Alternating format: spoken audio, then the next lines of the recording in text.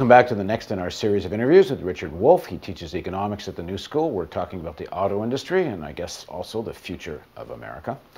Thanks for joining us. Thank you. So we ended the last segment and we were talking about the risk and the gamble being put particularly on the auto workers for their health care plan, swap of shares for health care essentially. But if there is real health care reform, and I'm sure Obama and the administration said this to the union, look, you're not taking that big a risk with your health care because we're going to have a national health care plan of some kind within a year. We're committed to you. We promise you. So you're not taking that big a gamble. Well, I think the answer to that has many parts. First, without any disrespect to Obama, what kind of a health care plan he can get is an open question. It's even an open question whether he'll get any of it, and what he gets and what it'll actually mean for working people is very much an open question that all the major interest groups in the United States are struggling over.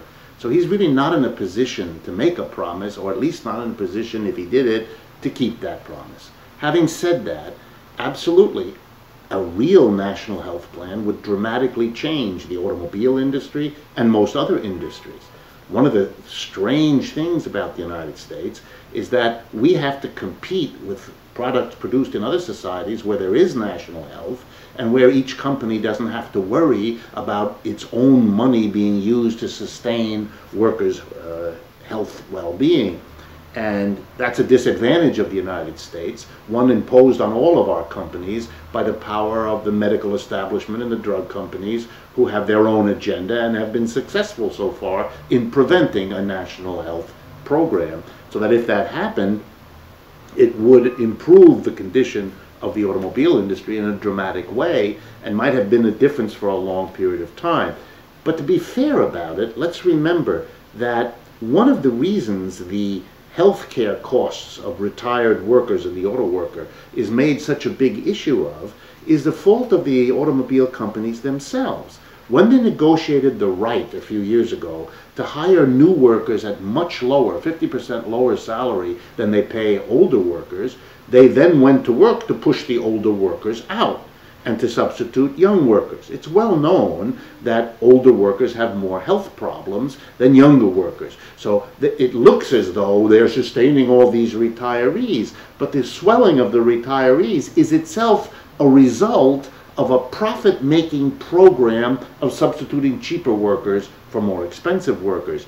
And so it's a little unfair to represent this as something that the automobile companies are suffering when they themselves were instrumental. So let's go back to the issue of the healthcare plan. So is the healthcare plan that was articulated by President Obama during the election campaign, does it solve these issues?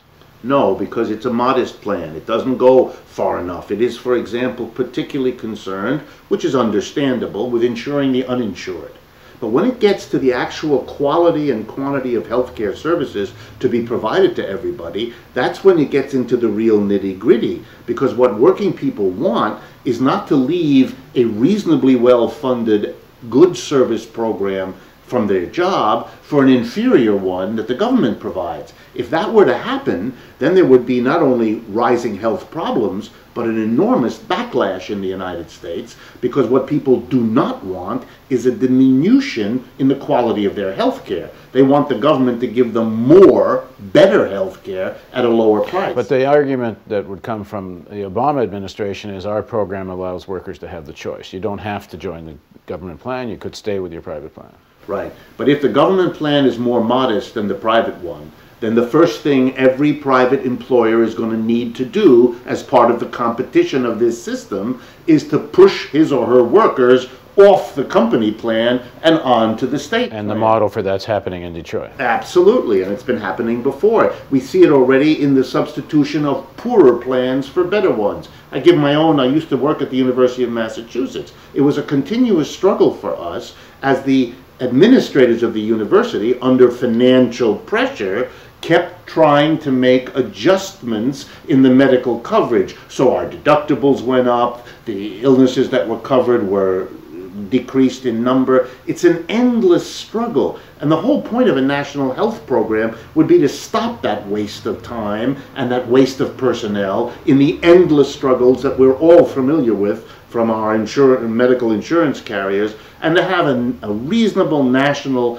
health system that would save an enormous amount of money by providing quality health care for everybody, so it doesn't become a competitive tool in the struggle of one company against another, or of the employer against the employee.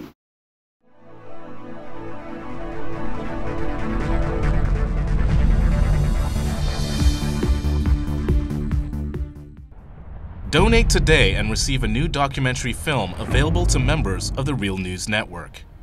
The History of the National Security State with legendary author Gore Vidal.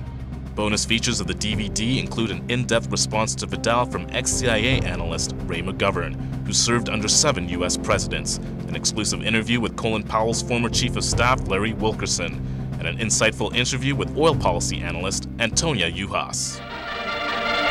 The news magazine of the screen. Living glimpses of history in the making. Hollywood and Washington is a symbiotic relationship. They both deal with illusions. Reality doesn't often play much of a part. I think I saw through the myth of the Cold War almost from the beginning. I was a Washington political kid from a political family. Roosevelt first had radio because he had this great speaking voice and everyone liked to hear. Truman proceeded to break every arrangement that Roosevelt had set up for a peaceful coexistence. And Truman thought that it would be a good idea, why not just stay armed all the time? And then he devised the national security state. You've got to go up and swear allegiance to the United States or else you're a commie. I mean, we had imported fascism. We get Dwight Eisenhower, who said that we have this great military industrial complex. It is a dangerous thing. And he said this is going to change everything. And the way our country's governed is going to change us politically. Along comes Jack Kennedy, who wanted to make his mark, believed in the Cold War. But he said, in this kind of politics, it is the appearance of things that matters. I think everybody should take a sober look at the world about us. The national security state still exists, only it isn't communism anymore, it's terrorism. This is the most serious thing that has happened in the history of the United States. Knowledge is power. We need an honest news system. We need the real news. This is the sort of thing we can build right now without anyone else's permission from the government or from the business community. It's the power's in our hands. If we're not going to sleepwalk into more wars, we think we need to start with a television news network that won't bow to pressure and has the courage to seek facts. And that means independent economics. And that's why we need you. Make a tax-deductible donation now of at least $10 a month or a one-time give of at least $75. As a thank you for your support, we will send you the new documentary film, The History of the National Security State.